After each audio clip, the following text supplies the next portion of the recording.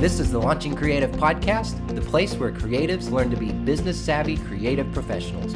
We call ourselves the Anti-Starving Artists. We interview successful creative professionals so that you can be creative and make money. Welcome to our very first episode. I'm your host, Nick Parks. We have a very special guest with us. He's the creator and the host of Entrepreneur on Fire, which is a top-ranked 7-day-a-week business podcast. Seriously, guys, this is a resource I know I can always turn to whenever I need some inspiration. Allow me to introduce John Lee Dumas. John, we're so excited to have you as our first guest. How are you? Nick, I am so honored to be here and to be your first guest, and I'm shocked because you already sound like a veteran host to me. No, that means the world to me. Thank you, John. Seriously. Yeah, I just wanted to start at the beginning with you. So just tell us what Entrepreneur on Fire is. Absolutely. Well, Entrepreneur on Fire, Nick, is a 7-day-a-week business podcast where I interview the world's most inspiring and successful entrepreneurs, and I share their journey. We love talking about failures, those lessons learned from the failures, the aha moments, and the steps that the entrepreneur took to turn those moments into success. And of course, we speak of success, what they're currently experiencing right now. And we love ending with the 5-question lightning round where we always extract nuggets of wisdom for Fire Nation. That's an incredible answer. And just being a big fan of the podcast, it's true. I mean, it goes out every single day. I know I can always go there, and you just have incredible guests, which is just amazing to me. Thank you. So just to give everyone a background, because we are reaching out to what we call the anti-starving artists, and our mission is to take creatives and to help them become business-savvy creative professionals, which is why we're called the anti-starving artists. And so I love to read your income reports. I think it's very generous of you to be so transparent. So when I pulled this up earlier, I was seeing December of 2013, and I was just blown away because you grossed over $115,000 and the net income was over $101,000. So first of all, congratulations. I'm so happy for you and all of your success. Secondly, the point that I just want to make is that this is a guy who knows what it means to be an anti-starving artist. So we are just thrilled to have you, John. I just love the transparency that my good friend Pat Flynn really set the bar for over at Smart Passive Income. He was really just so open with his income reports and sharing his successes as well as his failures that I was like, you know what? This is something that I want to do for the podcasting community because I really love podcasting. It's a passion of mine. And I'm so excited for you, Nick, and David, who works with you, who I got to meet in the pre-interview chat here. I mean, you guys are creating something that's literally going to impact thousands of hundreds of thousands, potentially to millions of people around the world. And I'm so excited and passionate about this avenue of communication that, you know, I wanted again to share every single month with the community what my failures were, what my mistakes were, because I want you, Nick, to be able to avoid those same failures that I'm making. There's no reason for you to make the same mistakes that I am, but I also want to share my successes because I want you to be able to emulate the successes that we're having. And you're right. I mean, December was a phenomenal month. We grossed over 115,000 and netted over 101. And I can already share with you here, we're at January 30th. So we're going to be releasing January's income report in just a week. But hot off the press, only for Nick's listeners, we actually grossed over $170,000 for the month of January as our audience and as our products and income just continues to grow. It's a very, very exciting world that we live in, Nick. It's all about building the audience, something that you're doing right now with your podcast, and I'm really excited for you. Oh my gosh, that's just crazy, $170,000. And wow, I'm honored that that came out on Launching Creative first. Breaking news. Yeah, breaking news. So you mentioned your friend Pat Flynn. I'm also a huge Pat Flynn fan, which is the perfect segue, and which is what I really wanted to focus on for today's episode is relationships. We've said this several times on our blog, that every business is a people business, and it's all about the relationships. And I know I've heard that from some of your podcasts. So what would you say as far as building relationships, making new contacts? Would you say that Entrepreneur on Fire was built on that basis? 100%.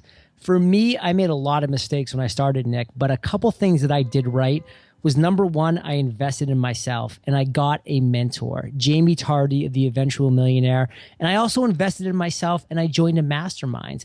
Neither were cheap. It was $1,000 a month to hire a mentor. It was $300 a month to be part of this mastermind. But that support was so important for me and allowed me to foster relationships with people that I would never have built relationships with before. And the first thing that my mentor, Jamie Tardy, told me to do was to go to Blog World in New York City, where she was actually speaking. And this was back in June of 2012. So I went down to that conference. I had never heard of it before. I didn't even know conferences like that existed.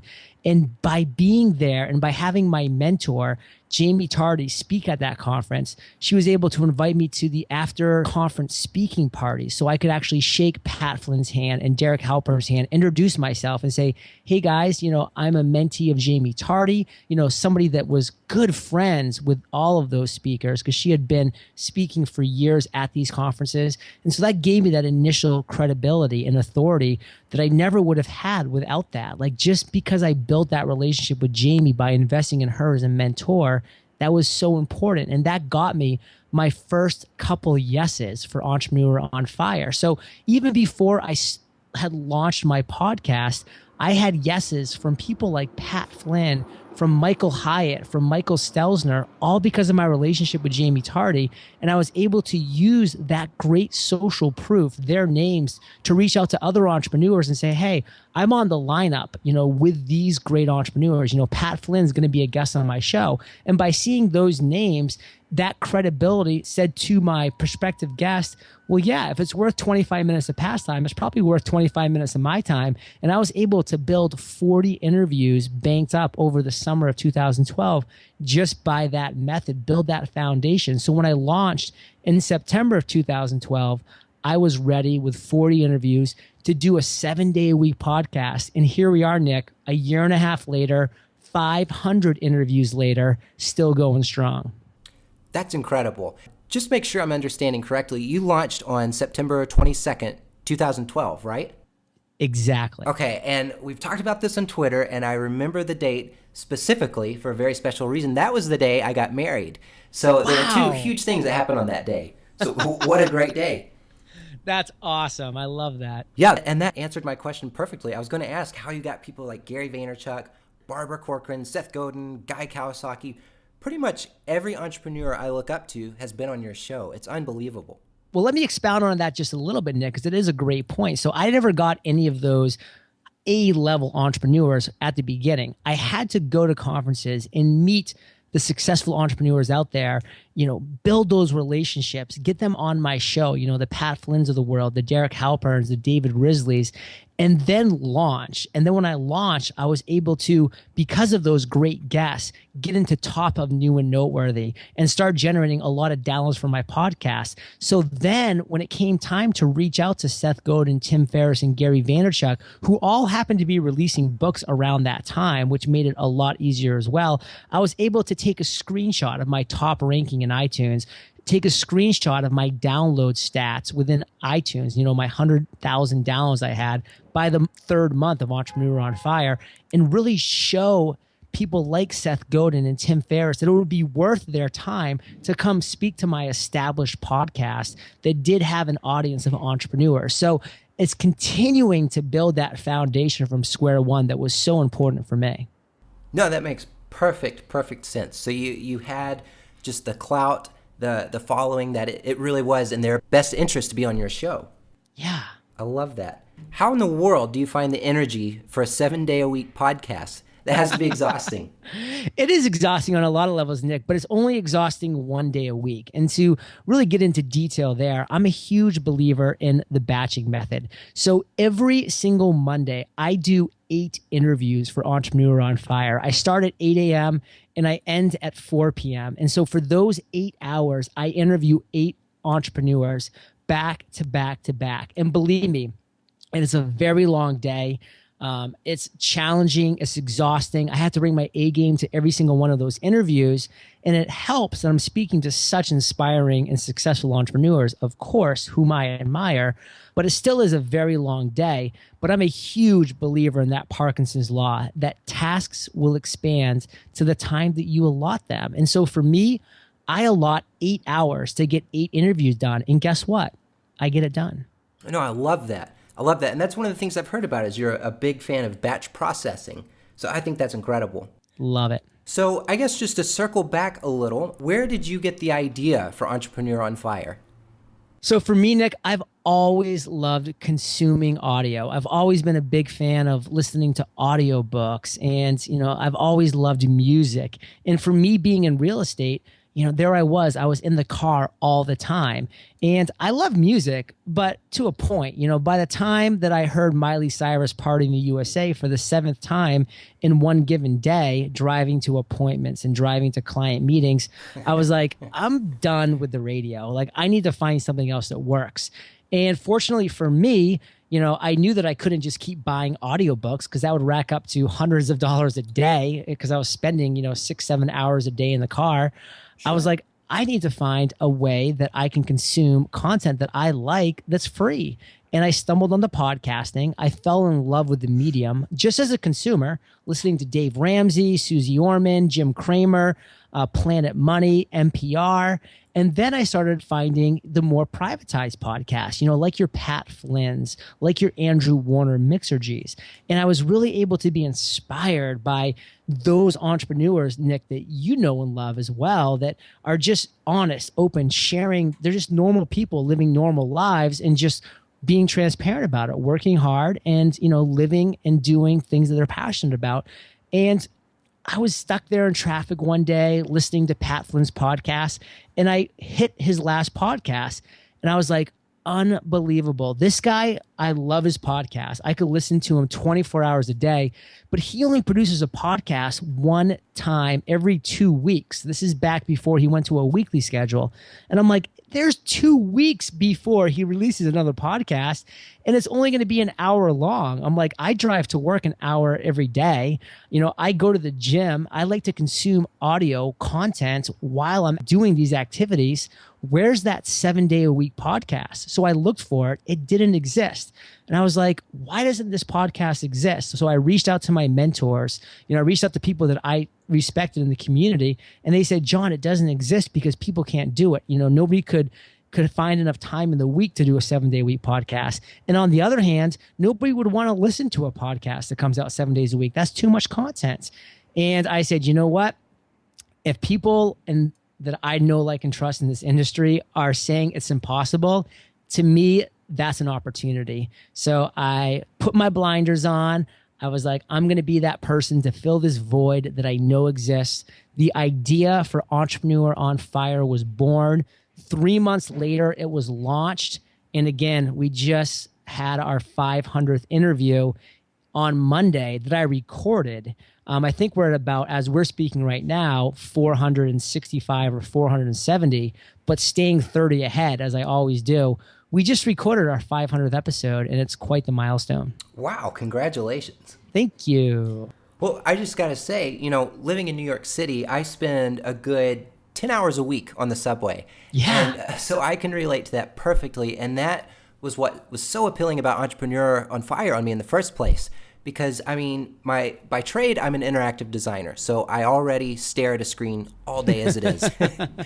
And as much as I love ebooks and I love readability, the app, staring at a tiny little screen, it killed my eyes. I couldn't do that in addition to as you're working being jerked around in the subway, Exactly. stopping and going, just getting sick. So I was like, these podcasts, they're perfect. I can just close my eyes, I can rest my eyes, and there's so much value to them. So you nailed it, because every single day there's a new one. Thank you. No, and I lived in Tribeca, so I'm very familiar with Manhattan and the subways, and I would always be on the subway. And I'm like you, like I hated seeing people like always buried in their smartphones or buried in books. I'm like, you're missing this beautiful world around you when you're walking down Fifth Ave or you're walking down Broadway, or even if you're in the subway. I mean, it's kind of interesting to people watch sometimes, and you can do that stuff while you have a podcast, and you can be taking in this great content, just relaxing, closing your eyes, or just looking around you and having a great time doing it. Oh, speaking of people watching on the subway, so I recently read Jab, Jab, Jab, Right Hook by Gary Vaynerchuk, and everyone knows it. A phenomenal book, phenomenal person. And at one point on the book, he's talking about smartphones and mobile devices. And in the book, he says, look up around you. And he's like, I'm serious. Seriously, look up right now. Talk about the best place to look up while reading a book about mobile phones and seeing everyone around me on their smartphone. It was crazy at the perfect moment. That's amazing. That's a great story, Nick. And as a host, I commend you for telling a real story on a podcast. That's powerful. Thanks, John. So, like I had mentioned, we really target creatives, and we are starting a movement called the Anti-Starving Artists. One thing that is very common among creative professionals is just the tendency to be very introverted and shy. And we've been talking in this episode about relationships, about meeting new people, about making new friends. So if we're all in a people business and creatives tend to be shy, would you have a tip for them as far as just letting it all out and meeting new people? Absolutely. I mean, for me, Nick, I mean, I am one of those quote unquote extroverts. You know, I've always loved crowds. I've always loved meeting new people. You know, it's always something that I've enjoyed doing, like walking into a room where I don't know anybody.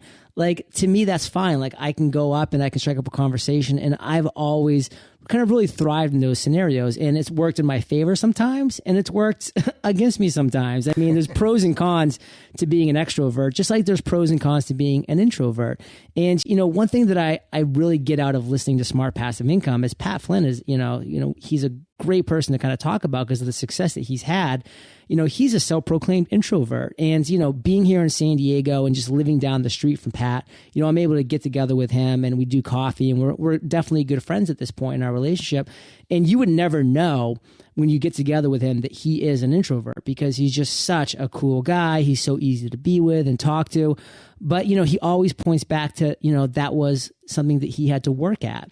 And so when I ever am like approached by people who, you know, really say, listen, I just feel like shy in public, or I am an introvert, I have a hard time getting out there, I can't really go to my own experiences because I'm on the other end of the spectrum, but I can like really, you know, go to the experiences of other people who I know, like, and trust, who are self-proclaimed introverts, you know, like a Pat Flynn who said, you know, it took me putting myself out there and purposefully failing and purposefully, you know, having that rejection, and then realizing after that happens, I'm still here. I'm still alive, and it's not that bad. And guess what? The next time I do it, I'm going to be a little bit better, taking those small steps.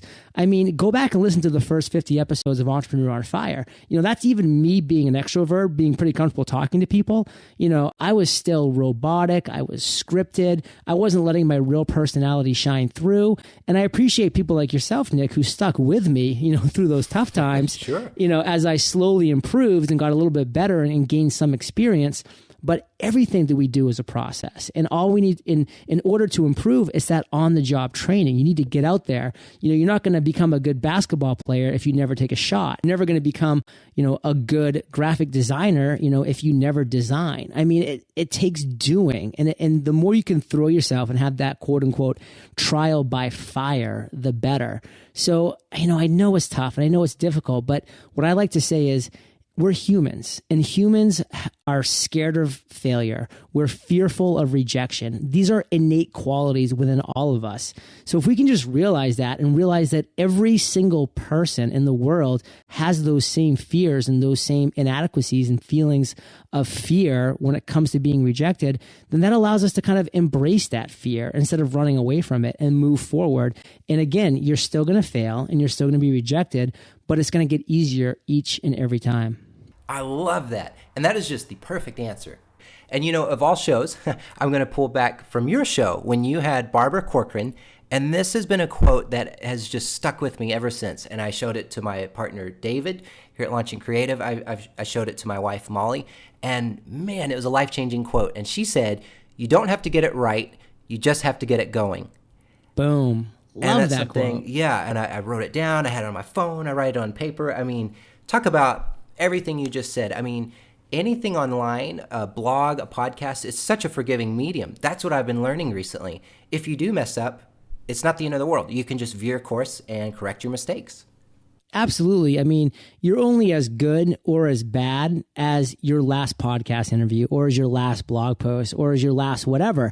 So, you know, okay, you bombed on that. That's fine, because the next one you're going to be a little bit better, and you're going to be a little bit better. And what you're going to be remembered for is what you did last, especially in this, very busy, very loud, very white noise society that we live in right now with so much out there. Believe me, people aren't going to just focus on exactly everything that you're doing wrong all the way back to the beginning of time. I don't have people emailing me and saying, John, wow, episode number 7 was horrible. Like, you were so robotic. It was true that it wasn't a good episode because I was robotic and I wasn't natural and I was very scripted. But instead I get emails that say, John, wow, I stumbled upon episode 7 and man, you are so much better now. All they care about is the present, the last interview that you did. And that's what the power of just getting it going.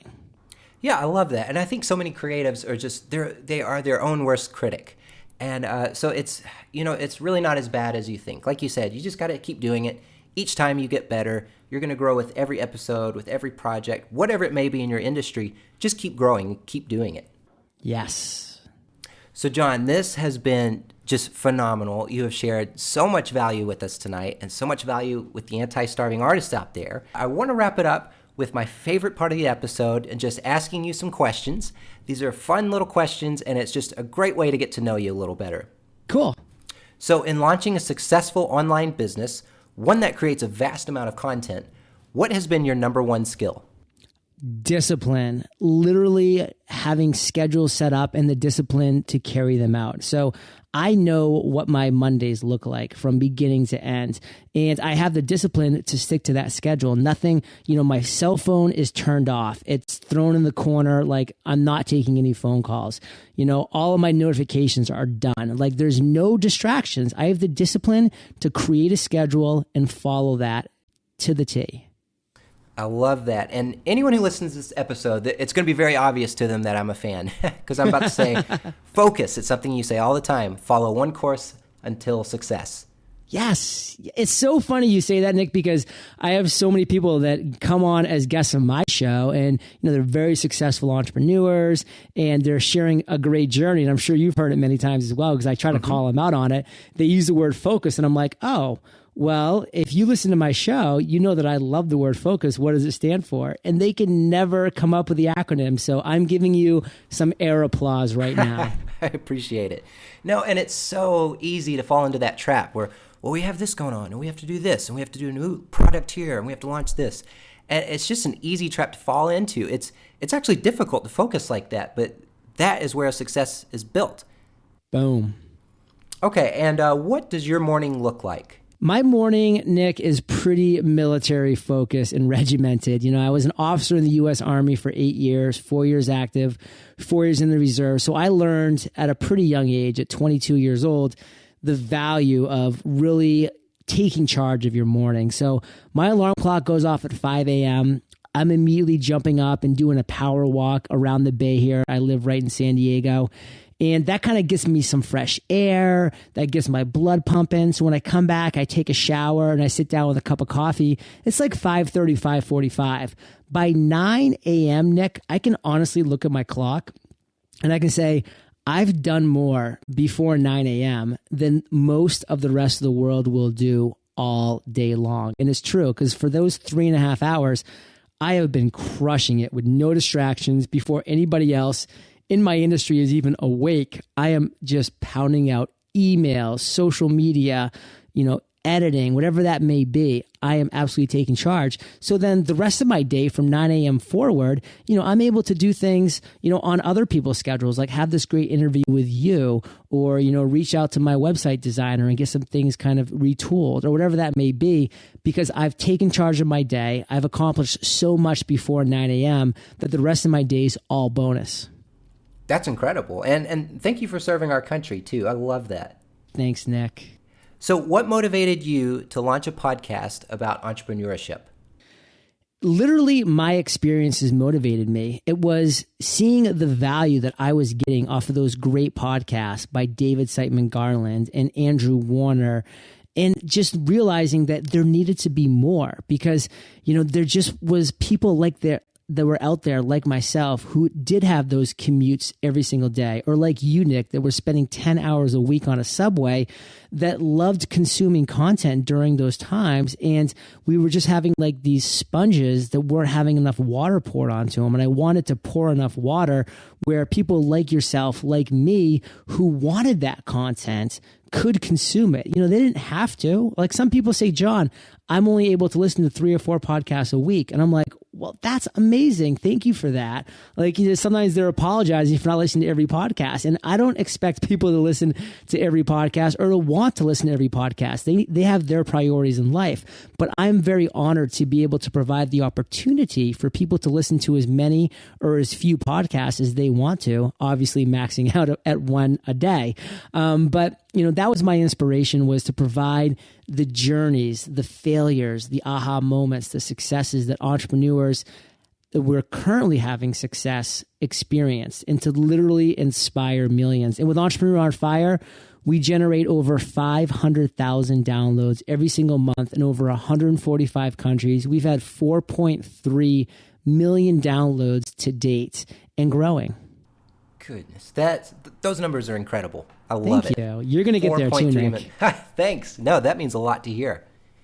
So who has made a huge impact in your life?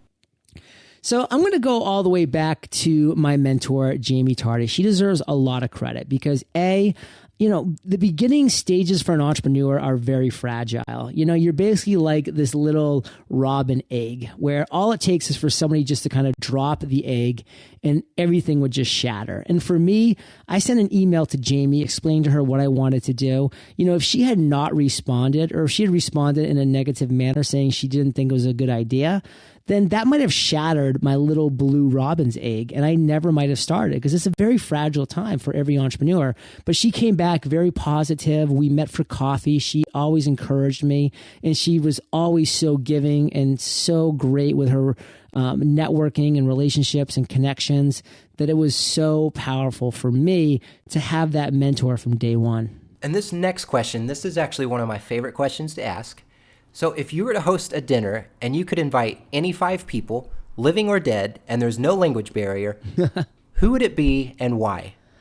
Okay, I did not prepare for this question, so I'm just going to follow my gut here. And the first 5 people that are going to come up, number 1 is Benjamin Franklin. I read his biography, and wow, he's just a guy that's really always inspired me. I was an American History major in college, so I loved everything that he was all about. I'm going to say Gandhi as well. Not for the reason that most people say Gandhi, but I actually spent 4 months living in India. And that I definitely saw firsthand some of the things that he's responsible for. And it was really impressive for a lot of reasons. Another person who I would love is, you know, I really want to go back to one of our country's founders, because I'm really a patriot. You know, I served in the U.S. Armed Forces for 8 years. So I look back to the very first commander-in-chief, who's George Washington. I'd love to meet him as well. That would just be, to me, a really powerful person to meet. Another person who I love in our history is Winston Churchill. I've always had a lot of respect for him and what he did during World War II. You know, I think that was an incredibly difficult time for anybody. And he, for obvious reasons, was just so powerful for what he did. And then, you know, to kind of bring it back and to tie it in with, you know, American history, once again, I'd say Abraham Lincoln would be number 5. That would be an awesome dinner. All those guys are so incredible. I kind of feel like a chauvinist right now, though. I didn't name any females. Oh, that's, you know, it didn't even cross my mind. It didn't come across that way Margaret at all. Thatcher. She's number 6. All right. No, I love it. I love that. And what do you wish you knew more about today? I wish I knew more about Facebook advertising. That's pretty specific, but I think it's an unbelievable medium to reach an incredibly targeted market. It's a tool that I want to start using much more effectively in my market, to start driving people not only to Entrepreneur on Fire, but to our podcasting community at Podcasters Paradise. So I think it's a great tool. I think it's going to continue to get cracked down on, and get more difficult. So I think the sooner the better. Now that you mention it, I think this would be a great time for a plug. Why don't you tell our listeners out there a little about Podcasters Paradise? Well, thank you for that opportunity, Nick, and I will take advantage of it. Podcasters Paradise, Nick, is the number one podcasting community for anybody that wants to create, grow, and monetize your podcast. So whether you're a beginner, you're an intermediate, or an expert, you can literally do any of those three things: that creating, that step one to step done, that growing of your audience and social platform. And then, of course, if you're an expert and you have that audience, well, it's time to monetize. And we show you how to do that too. And we do that within Podcasters Paradise, which has over 120 video tutorials, a thriving community forum with our over 500 members that we have within Podcasters Paradise, and our monthly webinars we've done with Pat Flynn, Amy Porterfield, Michael Hyatt, and we do another one every single month. And, I don't think anybody should jump into Podcasters Paradise right away. They should first and foremost attend our free live podcast workshop. We do this every single week, Nick. People can just go to podcastersparadise.com, sign up for that free podcasting workshop. We share an incredible amount of value for free about podcasting, how it could help your business, why it's exploding, and then a lot of the details about how to podcast. And then, of course, we'll take you inside of our Podcasting Paradise community and show you everything, really allow you to test drive the community before you decide to make that purchase, if you decide to. And if you leave deciding not to, believe me, you'll leave with a ton of great value that we've provided. And I can just say right now, David, my business partner, he did the live podcast the other night, and he was texting me. He was on fire about it. So it sounds like a great thing. David, thank you for joining us. We really appreciate it. I'm going to have to try it out. Was it David Rocks? David Rock. Oh, David Rock. All right. He was very active in the chat room, David. Thank you for being such a stud. He says thanks. Well, John, if you could go back, knowing what you know now, what is something that you would do differently? I would have launched when I was originally supposed to launch. I would not have delayed. It was my biggest mistake, Nick. I was supposed to launch Entrepreneur on Fire on August 15th, but I let my fear of failure, my fear of rejection take over my life. And I gave excuses to my mentor and to my mastermind as to why I couldn't launch. And they were all BS excuses. So I pushed back to September 1st. And then I pushed back to September 15th. And then I pushed the launch date to October 1st. But luckily for me, Nick, my mentor came in on September 22nd, the day that you were married.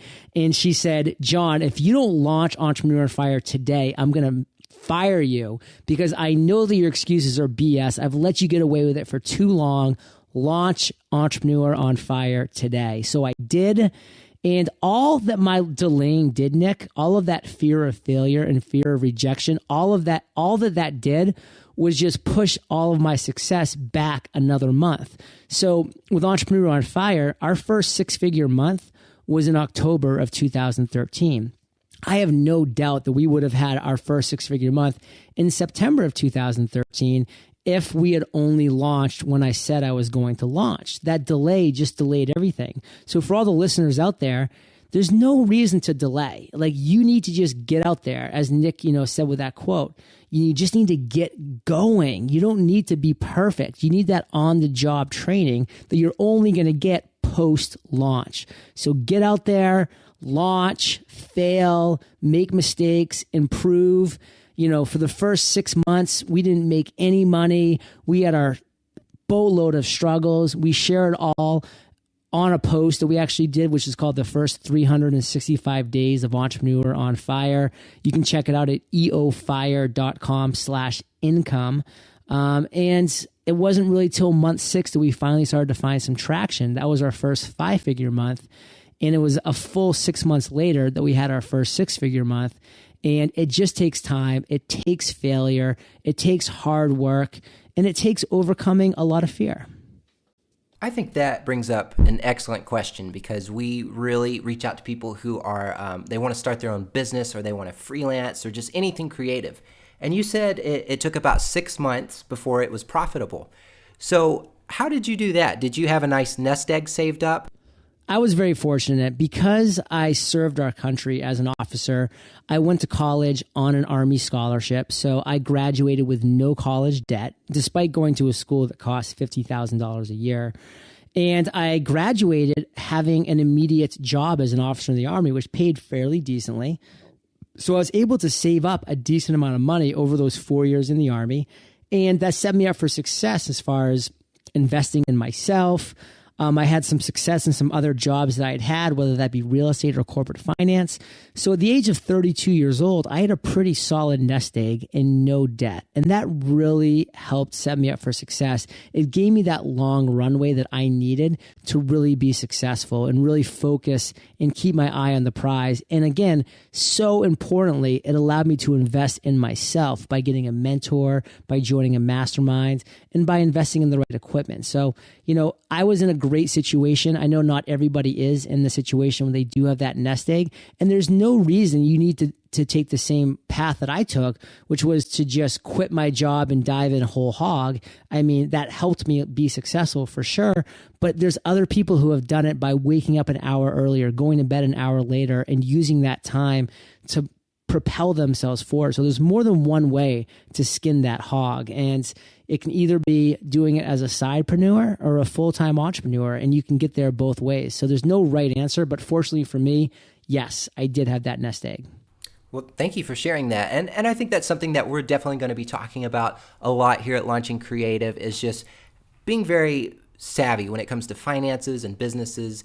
And I mean, it's different for everyone, but just coming up with a strategy, devising a strategy, and executing on that. Because like you said, that set you up to be able to invest in yourself. You're able to build this huge company that's now making 6 figures in a given month, which just blows me away. So that's incredible. So John, what's one tip you'd like to share with people who are starting out right now? It's a simple tip, Nick, and it's just 2 words: just start. It's a theme that we've been talking about all interview, but I love themes. I love when they drill points home. And anybody that's out there, literally just start. Again, whether it's for that 15 minutes in the morning before you go to work, or, whether it's, just getting out there and buying that course to invest in yourself, whatever that may be, just start. I love it. It's simple, it's straight to the point. It's awesome. So the last question here, this is probably my favorite question. I can't wait to hear the answer. So imagine you were given $1 million tomorrow. There are no taxes, no fees, nothing. It's $1 million in cash, and it's perfectly legal. What would you do with the money? I love this question. It is a good one. It reminds me a little bit of my $500 question with a completely different twist, which is cool. What I would do, Nick, is I've always kind of had this dream, this aspiration that I think will come true one day, of throwing my own conference. So I would take that $1 million and I would invest in the venue, in the right personnel, in all of the accoutrements to throw a kick butt conference here in San Diego. I would charge a very, very reasonable amount of money to attend the events, because with that $1 million, I wouldn't feel the need to have to make a ton of money from the event. I would just want to make it an awesome event for the people that were attending, very reasonable for those that wanted to attend, and just make it a incredibly memorable experience for everybody that attended by having awesome speakers, awesome workshops, just a great atmosphere, a lot of fun, and hopefully inspire the attendees to really take and do powerful things with their lives. Well, great. Well, when that happens, I know David and I will be the first ones to buy the tickets. Oh, you guys are giving me $1 million tomorrow? No. To buy the tickets. What you do with the $1 million. Love it. All right, John, so this has been a blast. I mean, this has just been so valuable. What an awesome kickoff for our podcast. I can't wait to have this out, to have people listening. What is the best way for people to find you? Nick, eofire.com is our headquarters. That's where all the magic happens. And of course, podcastersparadise.com is where you can sign up for our free weekly podcast workshop. All right. Well, John, I can't thank you enough for being on the show today, to being our first guest. I'm just thrilled. I can't wait to get this out there. I'm excited too, Nick, and I'll catch you on the flip side. Thank you so much for listening to the Launching Creative podcast. Come check us out at launchingcreative.com and become an anti-starving artist by joining our email list. Please leave us a review on iTunes by going to launchingcreative.com/iTunes. I'm your host, Nick Parks. Until next time.